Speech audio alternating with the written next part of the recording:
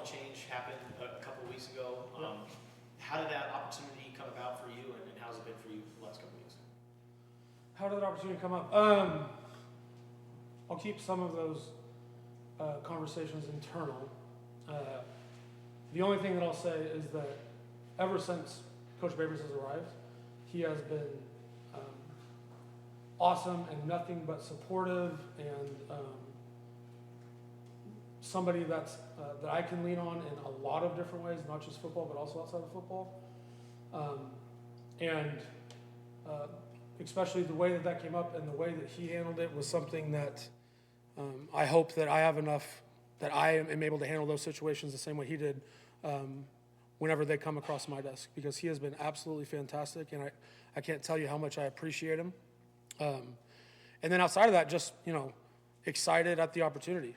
And it's something I feel like I've been preparing my whole entire life for. And so to finally get that opportunity was just a lot of excitement.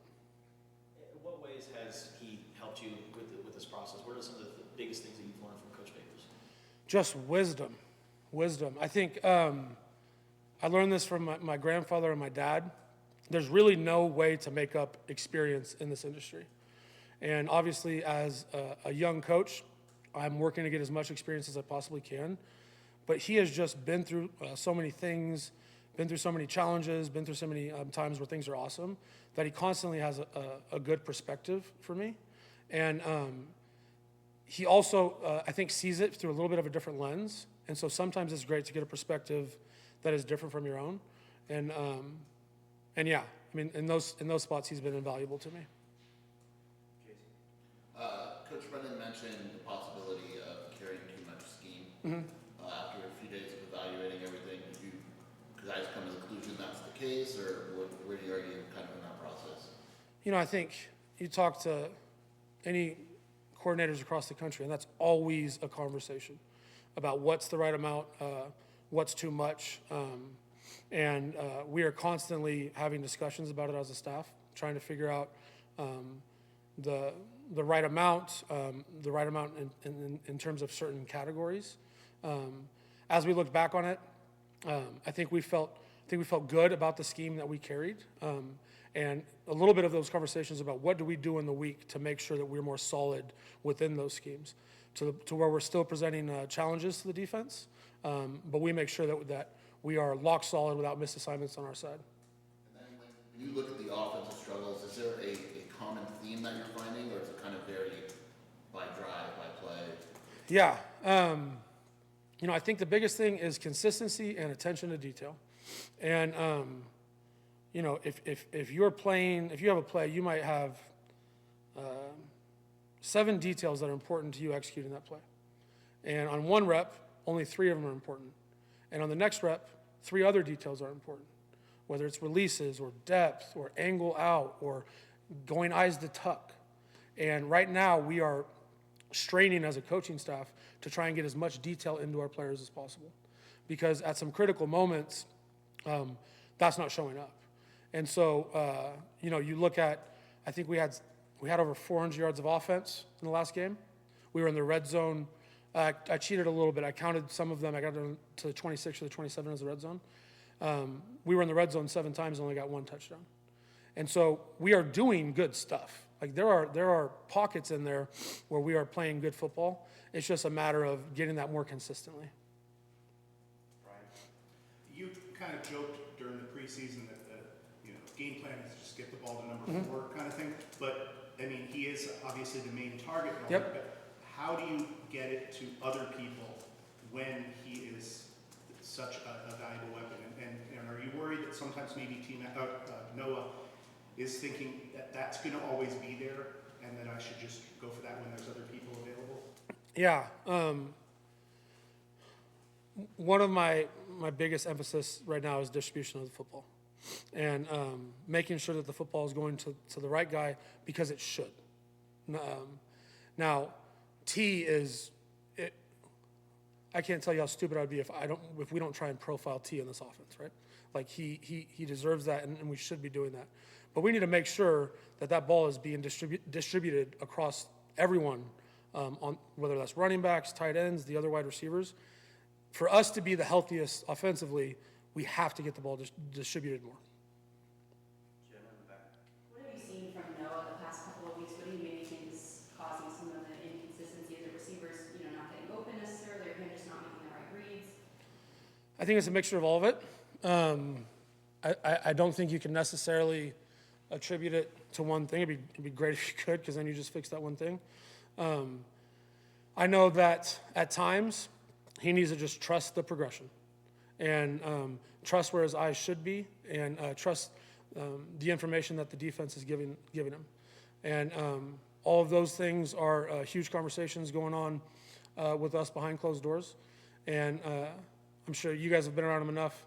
There's not another guy in the country I would want to play quarterback for me. I have a blast coaching him, his energy, the type of young man he is. And I feel confident that he's going to move in the right direction on that. Kind of talked about it in terms of making the right reads, reading the progression, but how do you help a quarterback along that may, I don't want to say get tunnel vision at times, but maybe too much to process out there on the football field and is going to T-Mac or is going to this guy? Because he has missed a couple open guys, and it seems like it's just dogpiling where he's playing a little too hard at times. Yeah, it's reps. It's reps. It's reps, and then getting him to understand where those eye progressions should go. And the other part is trusting the scheme, trusting the personnel to get himself through the progression. Because we've left a couple things out there the last couple weeks, and I promise you this: there's no one in the building that knows it more than number 11, and there's nobody in the building that takes it more serious than number 11, and that's why I have such confidence that we will get it going in the right direction. So last time we talked to you, you talked about your experience in Sweden. Can you elaborate more on that and how that year where you call 30 games in a calendar year really elevated your play calling experience? I was there for 2 years, and I'm a third-generation coach's kid, but everyone was small college coaches. And I went over there and had an absolute blast, and it was my first time calling it, and my first time since now calling it. And so it was transformative for me, because I came away from that and I said, I want to make sure the next time that I call plays is it's at the highest level possible, because I had such a positive experience and got a little bit of confidence that, I think I have a chance to be halfway decent at this. And I still, these last 2 weeks, I've thought a lot about that experience, just how grateful I was to go over there, and how grateful I was to those guys for buying into me the way that they did, because it gave me the confidence to go and volunteer in GA and be on the path that I am to be sitting here today. And then the offensive line, what have you seen out of that group, and particularly Alex introduced what he's shown the last couple weeks? Our group, I love our group. I mean, we've had to deal with, at a couple different spots, some mixing and matching because of some injuries. But the way that they have stepped up, now it hasn't been perfect all the time, but when we get down to some of the guys that we're getting in there, the first part is with Coach Oglesby, you're seeing them develop and get better week to week, which is what you always want to see, especially in the position I am.